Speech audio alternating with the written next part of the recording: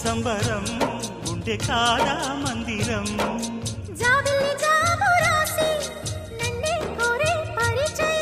పున్నగ పూలు పూసే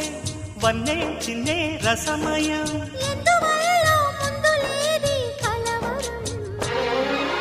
అగిరి పడిన పెదవికేంటి అర్థం అడుగుతా